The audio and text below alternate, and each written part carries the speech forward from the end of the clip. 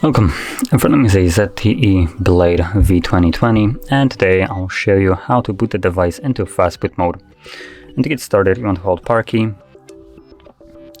select power off, and once the device turns off, you want to hold power key and volume up, both of the keys at the same time. And once you see the ZTE logo, you want to let go of only the power key, but keep holding volume up.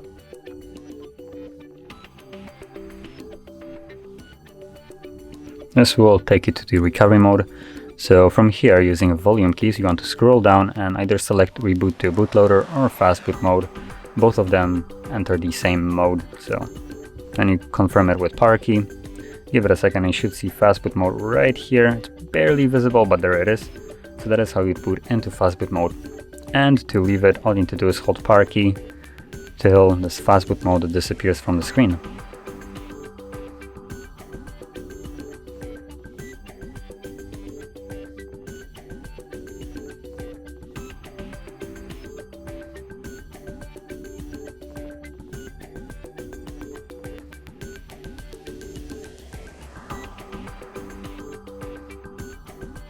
Hold it once more to turn on the device, and there we go.